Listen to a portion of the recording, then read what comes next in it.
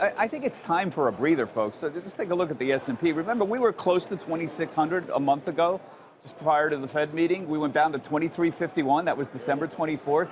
And we've come back, do the math here. The 250, 300 points, that's a lot. That's a huge move. So I think a breather sideways would be certainly a good idea.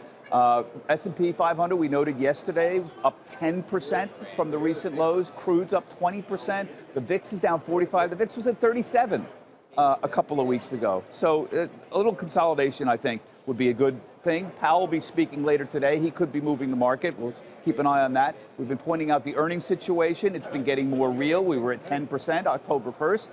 We've gone down to 8% just about towards the end of the year. Now we're at 6.7%. Again, what side of the divide are you on? 0%. You think the market's dead, essentially, for the year.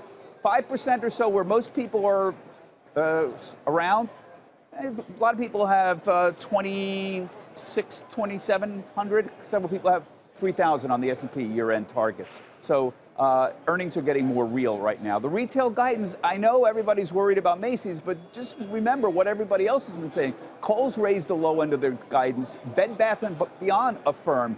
L Brands was guiding at the higher end of their guidance. So everybody's focused on Macy's. Zumiez also raised the guidance as well. I know everybody's focused on Macy's, and you can see the carnage here from all of these stocks down notably. Bed Bath & Beyond is not, though. I think the concern here is how much of the mall-based business is going to slow down again. So you got your Chico's and Abercrombie and Ascena and Express all down. Zumiez, remember, raised their guidance. So they're on the upside. So some very specific news. But again, it's hard to figure out how mall-based is going to set up.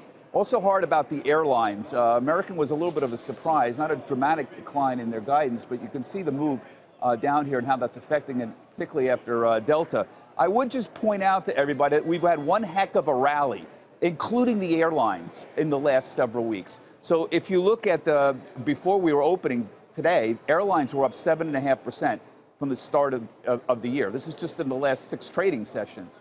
Retail was up almost 8% as a group. And that is not the Amazon effect. Those are just the basic retailers. So bear in mind, there's been a lot of air pumped into the market in the last couple of weeks. So when you see these declines of 6, 7, 8%, remember, we've seen increases of 6, 7, 8% just in the last 2 weeks or so. We're down 128 points right near the lows for the day.